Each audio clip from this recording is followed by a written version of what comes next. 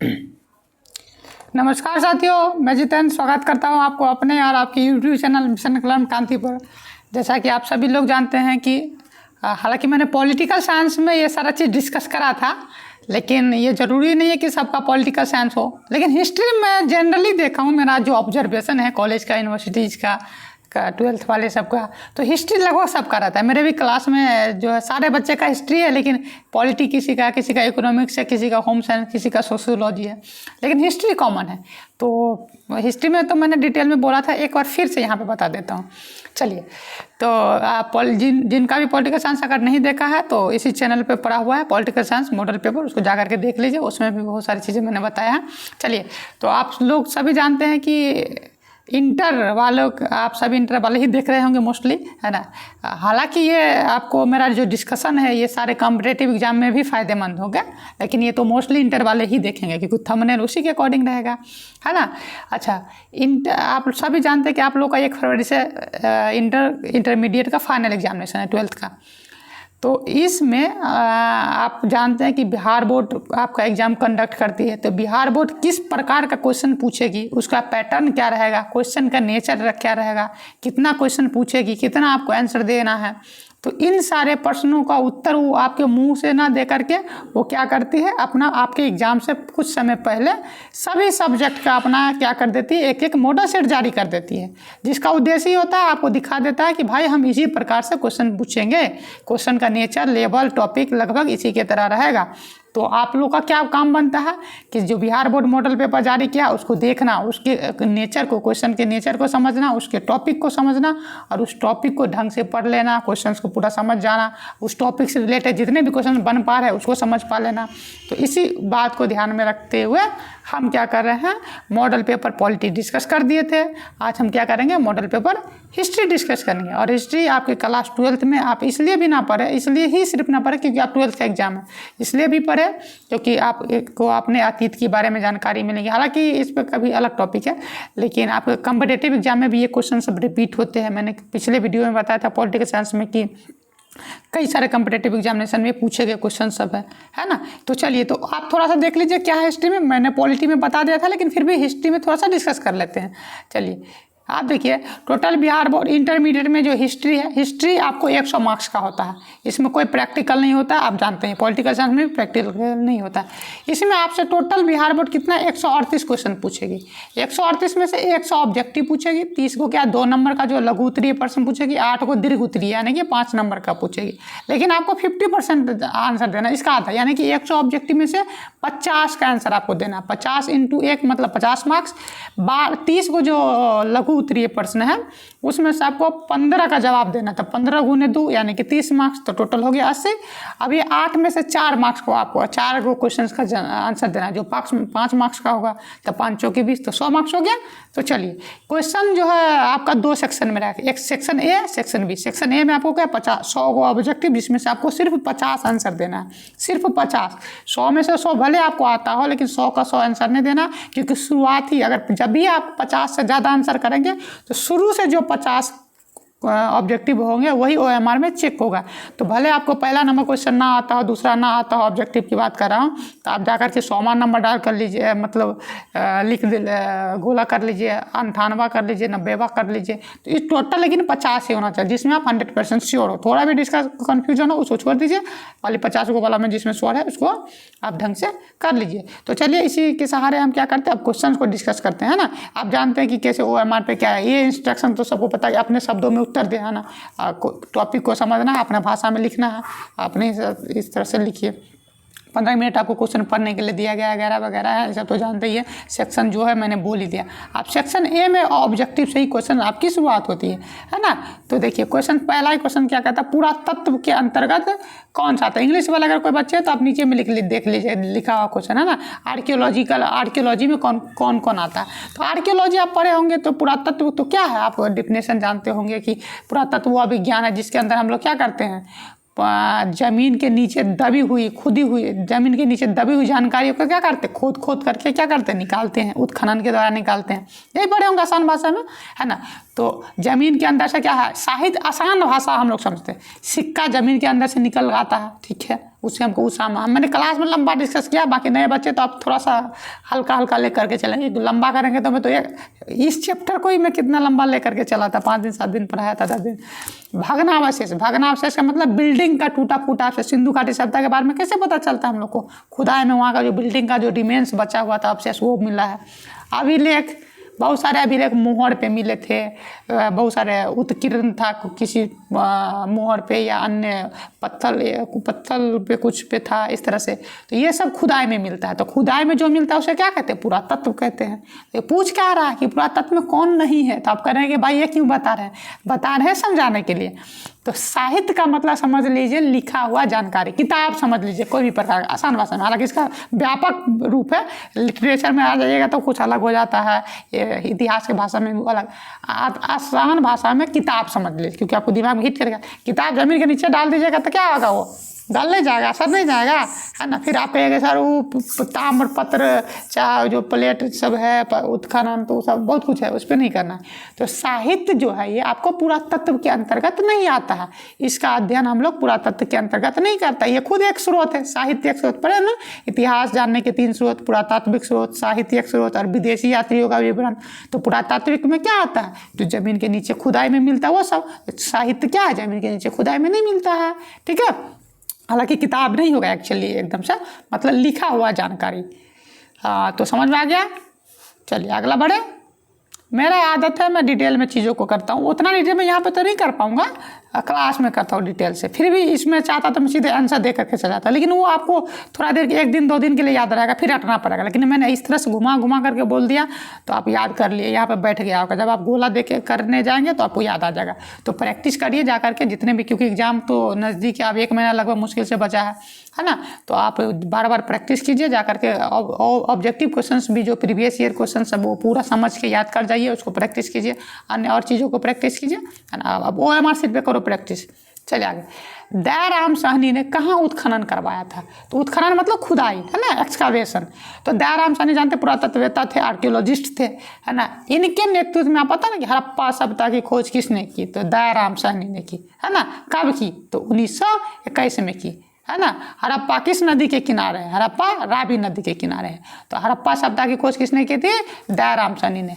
अच्छा, मोहनजोदड़ो आपको दिख रहा है, मोहनजोदड़ो की खोज किसने की थी? RD बनर्जी, राखल दास बनर्जी ने। कब की थी? 1922 में। याद है ना सारे बच्चे सबको? चलिए, तो ये हो गया। अच्छा, हड़प्पा रावी नदी के किनारे बात है, मोहनजोदड़ो सिंधु नदी के किनारे, ठीक है। कालीबंगा कहाँ है? कालीबंगा राजस्थान में है ना। लोथल कहाँ है? लोथल गुजरात में। ये सब पूछता है ना, कई बार पूछा गया क्वेश्चन है। तो मैं जो भी बोलूँगा, क्योंकि मैं लिख नहीं पाऊँ, क्योंकि मोबाइल पे स्क्रीन पे लिखने में मेरे को और लगता है, मतलब उंगली से लिखना होता है। पेन टेप वाला सिस्टम नहीं है, मोबाइल से रिकॉर्ड कर रहा हूँ, लैपटॉप वाला सिस्टम भी नहीं है। सब पता है ना, जुगाड़ से चल रहा सारा कुछ। चलिए आकर के, तो दयाराम साहनी ने कहाँ उत्खनन करवाया था? तो हड़प्पा ने। देखो मैंने बोल दिया कई क्वेश्चन, यहीं पे ये पूछ दे कि मोहनजोदड़ो को की खोज किसने की थी? तो राखल दास बनर्जी ने। ये ऐसे इसको पूछ दे कि राखल दास बनर्जी ने कहाँ उत्खनन करवाया था? तो मोहनजोदड़ो में। मोहनजोदड़ो किस नदी के किनारे है? सिंधु नदी के किनारे। हड़प्पा रावी नदी के किनारे, है ना। चलो आगे, ठीक है। कालीबंगा बताइए दिया आपको, कहाँ है अभी? राजस्थान में, लोथल गुजरात में। हड़प्पा सभ्यता का सबसे बड़ा नगर कौन सा था? तो बताओ कौन सा था? मोहनजोदड़ो। मोहनजोदड़ो का शाब्दिक अर्थ क्या होता है? सिंधी भाषा का शब्द है, इसका शाब्दिक अर्थ क्या होता है? मृतकों का टीला। बताए थे ना। चलो, तो मोहनजोदड़ो हो गया। अच्छा, मोहनजोदड़ो के बारे में अभी ऊपर में बता दिया। चलिए, कालीबंगा ये कहाँ है? राजस्थान में अभी बताया था। लोथल कहाँ है? गुजरात में। रंगपुर कहाँ है? रंगपुर आपको है ये पंजाब में, है ना। चलिए देखो अगला क्वेश्चन आइए गया। मोहनजोदड़ो किस नदी के किनारे है? अब हम बतावे, बताओ कौन है? बताओ। सिंधु नदी, है ना। मोहनजोदड़ो किस नदी के किनारे है? सिंधु नदी के किनारे। रावी नदी के किनारे कौन है? हड़प्पा। समझे? चलिए आगे। लोथल कहाँ स्थित है? देखो ये पूछ लिया ना, लोथल कहाँ है? बताओ आप। राजस्थान में क्या है बताओ?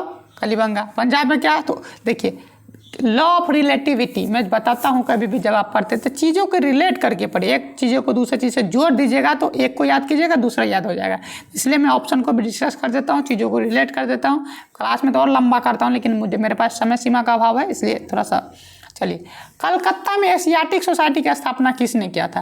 तो आप सभी जानते हैं किसने किया था? अलेक्जेंडर कनिंघम ने, है ना। कलकत्ता में एशियाटिक सोसाइटी की स्थापना, सॉरी गलती हो गया, है ना। कलकत्ता में एशियाटिक सोसाइटी की स्थापना किसने किया था? विलियम जोन्स ने किया था, ठीक है। विलियम जोन्स ने कब किया था? 1784 में, है ना। 1784 में किया था कलकत्ता में एशियाटिक सोसाइटी की स्थापना विलियम जोन्स ने, है ना। मिस्टेक से देखा, अभी गलती से मिस्टेक हो जाता पूरा, है ना। तो चलिए इसमें कुछ और जाना बताने एशियाटिक सोसाइटी का मुख्य उद्देश्य क्या था? भारत का जो शास्त्र सब है, प्राचीन ग्रंथ सब, जो इतिहास, पुराण, वेद, उस सब का अध्ययन करना, इतिहास निकालना, ये सब था उसका उद्देश्य। पुरातत्व संरक्षण विभाग के प्रथम डायरेक्टर जनरल कौन थे? ये हमको आंसर देना था, इसमें हम भूल गए, वो बता दिया ना। पुरातत्व आर्कियोलॉजिकल सर्वे ऑफ इंडिया, है ना।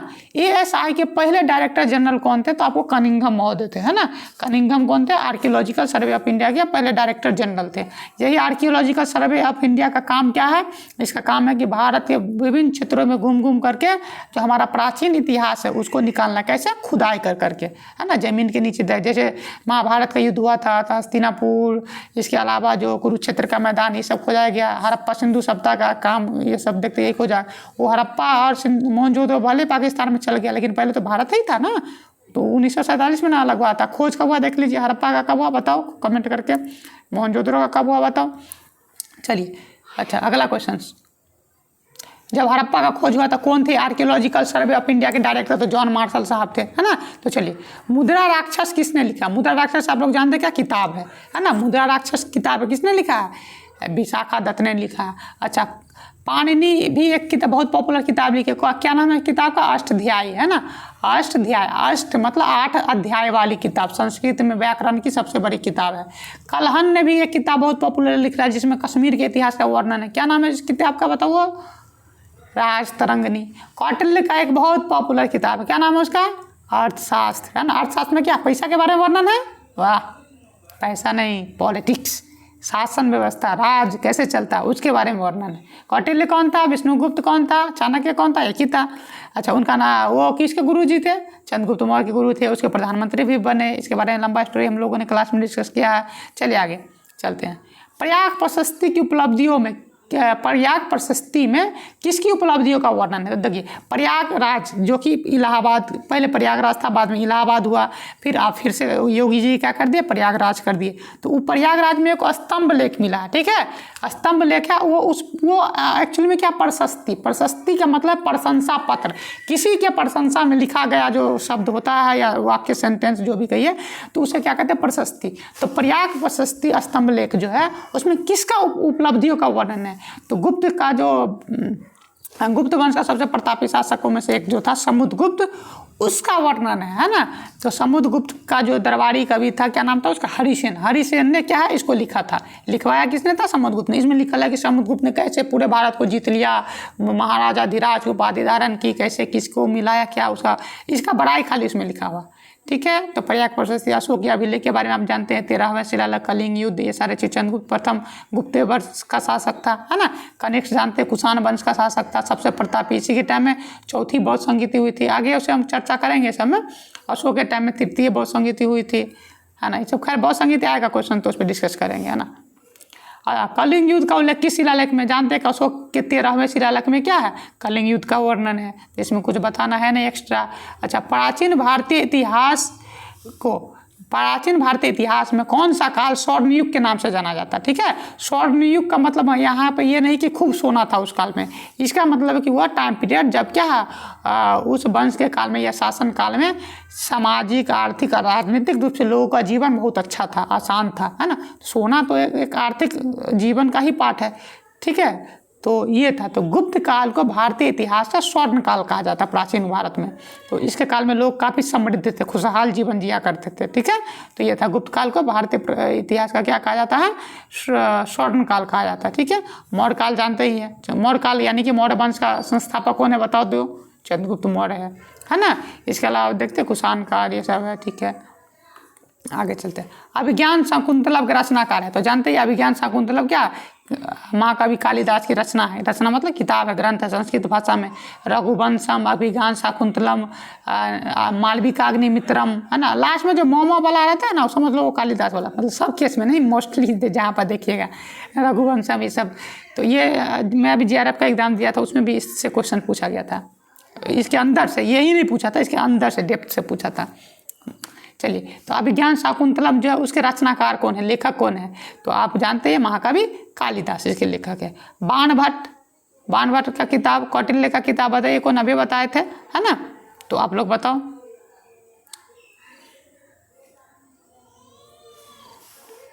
सोलह महाजनपदों में से सबसे शक्तिशाली महाजनपद कौन था? जब प्राचीन भारत पढ़ाए थे तो क्लास के बच्चे जानते हैं, बाकी आप लोग पढ़े होंगे प्राचीन भारत में, तो जो उत्तर वैदिक काल है उसके बाद जनपद होता है, फिर महाजनपद का विकास होता है। तो 16 को महाजनपद था। 16 को महाजनपद मतलब समझ लीजिए 16 को देश, भारत का जो एरिया क्षेत्र है उसमें, मतलब पाकिस्तान अफगानिस्तान वाला क्षेत्र भी उसमें आ जाएगा। 16 को देश समझ लें। तो उस 16 को देश में जो हमारे भारत में उस समय था, अलग अलग स्वतंत्र राज्य जहाँ पे राजा का शासन था, उसमें सबसे शक्तिशाली कौन था?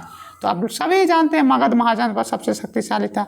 मगध महाजनपद का वैसे संस्थापक तो माना जाता है आपको कौन, बृहदरथ वंश को, लेकिन उसको उतना नहीं कंक्लूड, लेकिन वास्तविक रूप से माना जाता कहाँ, हर्यक वंश से। तो हर्यक वंश का संस्थापक कौन था बताओ? बिंबिसार, है ना। फिर उसके बाद कौन आया? अजातशत्रु। अजातशत्रु के बाद कौन आया? उदयन, है ना। इसी तरह से चला था। तो ठीक है, तो हर्यक 16 महाजनपद में सबसे शक्तिशाली महाजनपद मगध साम्राज्य का संस्थापक हर्यक वंश से शुरू माना जाता है। कौन था? बिंबिसार। बिंदुसार नहीं कहा हूँ, बिंदुसार अशोक का पिताजी हो जाएगा। ठीक है, अवंती गांधार ये सब उसी 16 महाजनपद। अच्छा, 16 महाजनपद का वर्णन कहाँ है? तो जैन धर्म, जैन ग्रंथ, एक जैन धर्म का एक ग्रंथ है अंगुत्तर, बौद्ध क्या बोलते हैं, अंगुत्तर निकाय, और एक क्या है, अरे मैं भूल रहा हूँ,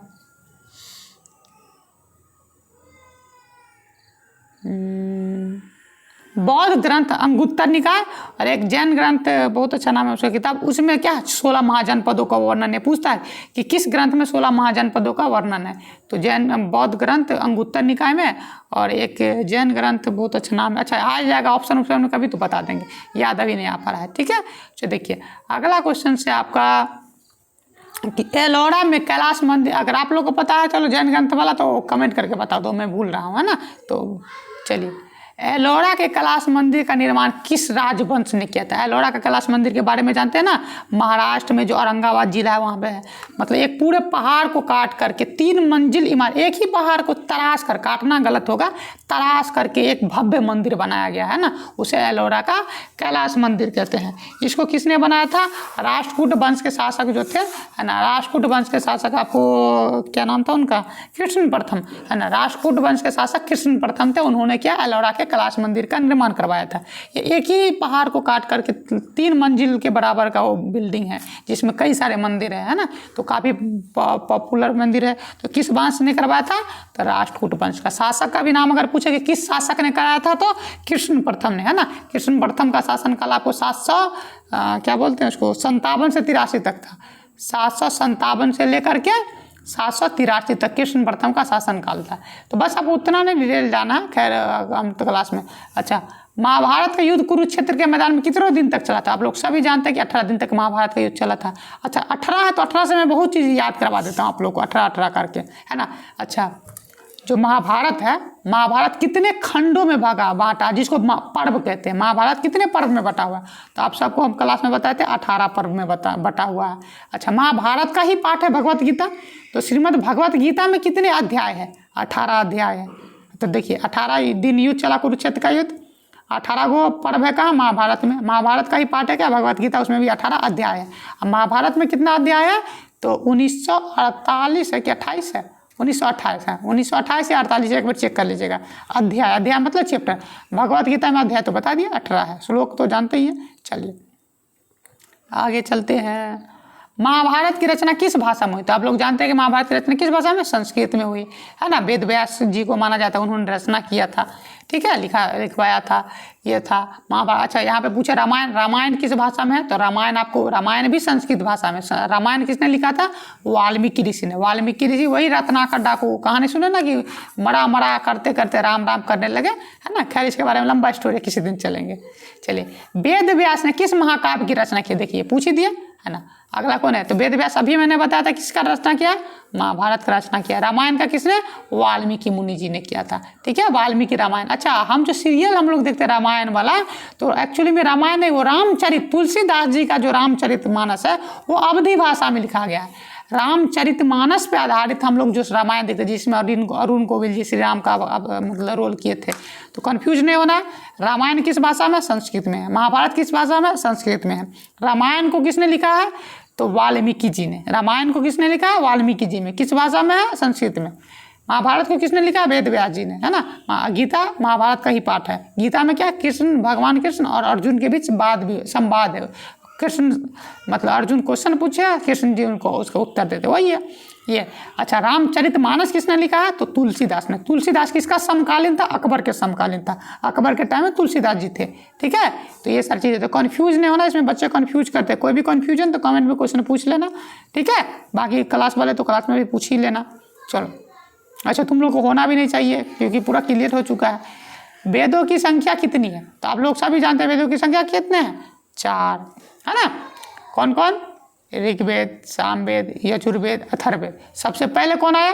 ऋग्वेद। सबसे लास्ट का वेद अथर्ववेद, है ना। ऋग्वेद में कितने मंडल है? 10 मंडल है, 10 और 28 सूक्त है। सारा डिटेल में चर्चा किया तो उतना तो संभव नहीं। तो सबसे प्राचीन वेद यानी कि सबसे पुराना वेद कौन? तो ऋग्वेद। सबसे नया वेद अथर्ववेद, है ना। तो ये जादू टोना तंत्र मंत्र का वर्णन किस वेद में है? ऋग्वेद में नहीं। किस में? आपको क्या बोलते हैं? अथर्ववेद में। सबसे लास्ट वेद में जादू टोना भूत प्रेत इन सब का चर्चा है। चलिए, तो वेद की संख्या बता दिए, वेद से रिलेटेड चीज़ें बता दिए, है ना। चलिए आगे चलते हैं। नालंदा विश्वविद्यालय को किसने नष्ट किया? तो आप लोग जानते हैं कौन? नहीं, चोट्टा बख्तियार खिलजी। अलाउद्दीन खिलजी नहीं, बख्तियार खिलजी, है ना। तो गुलाम वंश का जो कुतुबुद्दीन ऐबक शासक था, उसी का गुलाम था बख्तियार खिलजी। यही चोट्टा आता है। नालंदा में जो विश्वविद्यालय था उसको तोड़ फोड़ के तहस नहस, तो वहाँ का जो भी मतलब बुद्धिमान व्यक्ति थे उनको मार देता है। नालंदा विश्वविद्यालय में एक लाइब्रेरी था, कहा जाता है उसमें इसने आग लगवा दिया। कई दिनों तक इतना बुक उसमें था कि कई दिनों तक जलता रहा, ऐसा कहा जाता है ना। ये छोटा सा अगर पढ़ लिया रहता तो जानवर से इंसान बन गया रहता, है ना। इतना ग्रंथ था उसमें, तुम पढ़ लेता, जला दिया, किसी के काम नहीं आने दिया, तुम लूट लेता चीज़ों को, संपत्ति लूट लेता, ग्रंथ रहने देता। उससे हम लोग का जो इतिहास और कुछ नया होता है, उसमें बहुत कुछ हमें जानने को मिल सकती थी। लेकिन ये चोट्टा बख्तियार खिलजी जलवा देता है। चलिए, बाबर ऑप्शन में तो जानते हैं बाबर क्या? मुगल वंश का संस्थापक। इब्राहिम लोधी सल्तनत काल का अंतिम शासक, लोधी वंश का अंतिम शासक, इसी को ना हराया था पानीपत के प्रथम युद्ध में। अलाउद्दीन खिलजी वंश का शासक था, है ना। वो फिल्म देखे ना, क्या बोलते हैं जिसमें पद्मावत, हाँ पद्मावत में इसके बारे में बताया गया। अच्छा, सांची मध्य प्रदेश के किस जिले में है? तो आप देखिए, सांची मध्य प्रदेश के रायसेन जिला में है। सांची का स्तूप पड़े है ना, अशोक जो बनवाया था सांची का स्तूप, किस धर्म से संबंधित है? बौद्ध धर्म से संबंधित है। मध्य प्रदेश के रायसेन जिला में। मध्य प्रदेश की राजधानी भोपाल है, वहाँ से 40 किलोमीटर के आसपास में है ये। तो ये हो गया, इसमें कुछ नहीं है। बेतवा नदी के किनारे है। और जानना है तो महात्मा बुद्ध को ज्ञान प्राप्ति कहाँ हुई? तो आप लोग सब जानते हैं महात्मा बुद्ध को ज्ञान प्राप्ति बोध गया में, है ना। जिस पीपल वृक्ष के नीचे हुई वो अभी 5वीं पीढ़ी का है। मैं उस पीपल वृक्ष के नीचे जा करके भी आया हूँ। पिछला बार मैं गया था तो वहाँ घूम के आया था, मतलब प्रार्थना करके पूजा करके आया था, मंदिर में पूरा घूम के आ गया। वहाँ आप देखेंगे साधु संत एकदम लीन रहता है, ध्यान में योग में तपस्या करता रहता है, अलग तरह से ज्ञान अर्जन करता है। गजब का शांति मिलता है। अगर मौका मिले तो जाओ वहाँ घूमें। सिर्फ फोटो खिंचाने नहीं, देखने समझने। फोटो से मोबाइल जाने नहीं देता, वो भी जरूरी भी था। बाहर में आपको जमा करना होता है, फ्री ऑफ कॉस्ट में करवा देता है। तो भगवान बुद्ध का ज्ञान प्राप्ति कहाँ हुआ था? बोध गया में। अच्छा, लुम्बिनी भी ऑप्शन में। लुम्बिनी भगवान बुद्ध का जन्म कपिल वस्तु के लुम्बिनी में कब हुआ था? 563 ईसा पूर्व में। ठीक है। अच्छा, लुम्बिनी में जन्म हुआ, बोध गया यानी कि बिहार में ज्ञान प्राप्ति हुआ। ज्ञान प्राप्ति होगा तो प्रवचन भी कहीं देंगे ना। तो पहला प्रवचन कहाँ देते हैं? सारनाथ। सारनाथ कहाँ? उत्तर प्रदेश में है, तो वहाँ देते हैं पहला प्रवचन।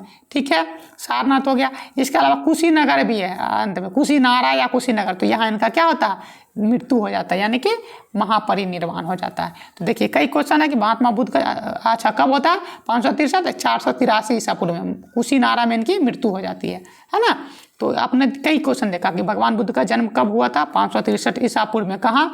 नेपाल के कपिल वस्तु के लुम्बिनी नाम के जगह पे। ठीक है, ज्ञान प्राप्ति। अच्छा, फिर उसके बाद उन्होंने क्या कर दिया? गृह त्याग। तो गृह त्याग का क्या प्रतीक है? गृह त्याग का घोड़ा, क्योंकि घोड़ा से ना उन्होंने घर छोड़ा था। इसके अलावा बोध गया में ज्ञान प्राप्ति हुआ। ज्ञान प्राप्ति का क्या प्रतीक है बौद्ध धर्म में? पीपल का वृक्ष। फिर इसके बाद उन्होंने क्या प्रवचन दिया था? पहला प्रवचन अपने शिष्यों को। तो कहाँ? सारनाथ में। सारनाथ उत्तर प्रदेश में। तो उसको क्या कहा गया? महाधर्म चक्र प्रवर्तन, है ना। महाधर्म चक्र प्रवर्तन कहा गया है। कुशीनारा में उनकी देहांत हुई, मृत्यु हुई, तो उसको क्या कहा जाता है, महापरिनिर्वाण कहा जाता है ना, यानी कि जन्म मरण के चक्र से मुक्ति। तो ये हो गया। विनय पिटक किस धर्म से संबंधित है, तो आप लोग जानते हैं ना, त्रिपिटक, शुद्ध पिटक, विनय पिटक, अभिधम पिटक, इस तीनों पिटक को सम्मिलित रूप से क्या कहते हैं, त्रिपिटक। तो त्रिपिटक जब बौद्ध धर्म से संबंधित है तो विनय पिटक क्या जैन से हो जाएगा, अभी क्या हो गया, बौद्ध धर्म से। तीनों को सम्मिलित रूप से अगर ये पूछ जाए कि त्रिपिटक से आप क्या समझते हैं, तो ये लिख दिए कि बौद्ध धर्म का ग्रंथ है जिसमें क्या है, बुद्ध पिटक, शुद्ध पिटक, अभिधम पिटक, तीनों को सम्मिलित रूप से त्रिपिटक। बुद्ध शुद्ध पिटक में क्या है, अभिधम पिटक में क्या है, अलग अलग डिटेल में बताया था, अभी पॉसिबल नहीं उतना बताना। चलिए आगे चलते हैं। क्वेश्चन नंबर 23, जैन धर्म के 24वें तीर्थंकर कौन थे। आप लोग जानते हैं जैन धर्म के 24वें तीर्थंकर एवं अंतिम तीर्थंकर महावीर स्वामी थे। जैन धर्म के वास्तविक संस्थापक भी कौन थे, महावीर स्वामी थे, है ना। तो ये होगा। लेकिन जैन धर्म के प्रथम तीर्थंकर और संस्थापक कौन थे, ऋषभदेव थे, है ना।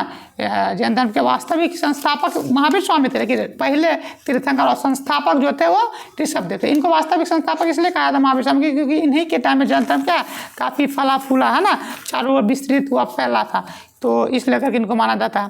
पार्श्वनाथ है, पार्श्वनाथ को आपको क्या है, जैन धर्म का 23वां तीर्थंकर माना जाता है ना। जो पार्श्वनाथ थे उनको जैन धर्म का ये पार्श्वनाथ 23वें तीर्थंकर, ये पूछा गया आपके एग्जाम में, ठीक है। ऋषभदेव पहले और संस्थापक, महावीर स्वामी 24वें एवं अंतिम तीर्थंकर थे। तो ये रह गया क्वेश्चन से, इसका एक चीज़ था, मैंने कई चीज़ बता दिया, ठीक है।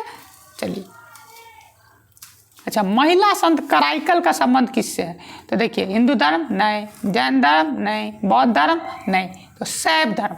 शैव धर्म में एक महिला संत थी जो इनको मीरा कहा है, क्या ना, मीरा तो जानते हैं ना, मीरा तो कृष्ण भक्त थी, तो वो तो कि आपको वैष्णव धर्म में आ जाएगी वो।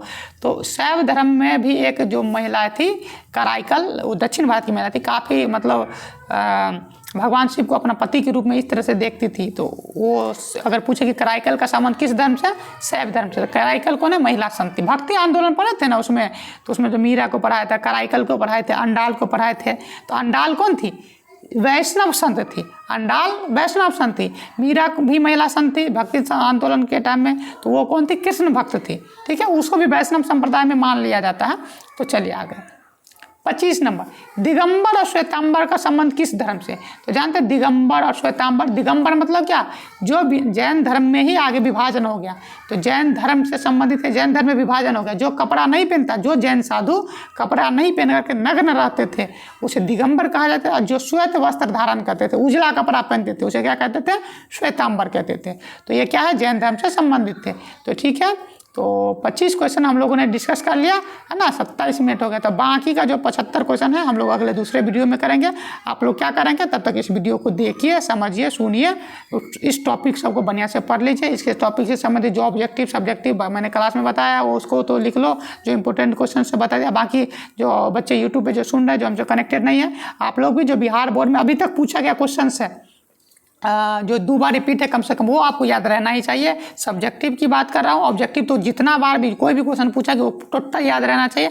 मैंने क्लास के बच्चों को याद करवा दिया। आप लोग भी अगर आप मॉडल पेपर लिए होंगे, गेस्ट पेपर लिए होंगे या क्वेश्चन बैंक लिए हैं, तो उस सारे चीज़ों को ढंग से पढ़ लीजिए, समझ लीजिए। इस वीडियो को 2-3 बार देख लीजिए। और जो आपके दोस्त है, साथी है, जो इतिहास रखे हुए हैं, 12th में एग्जाम दे रहे हैं, उसको भी ये वीडियो आप सजेस्ट कर सकते हैं, दे सकते हैं, ताकि उन लोगों का लाइव हो, मतलब उन लोगों को अच्छा लगे, समझ में आवे, उन लोगों का कुछ एग्जाम में अच्छा। अगर आप इस हिस्ट्री सीरीज को देख लेंगे पूरा, तो आपका बहुत अच्छा खासा परफॉर्मेंस हो जाएगा, ठीक है, हिस्ट्री के एग्जाम में। तो चलिए, बहुत बहुत धन्यवाद।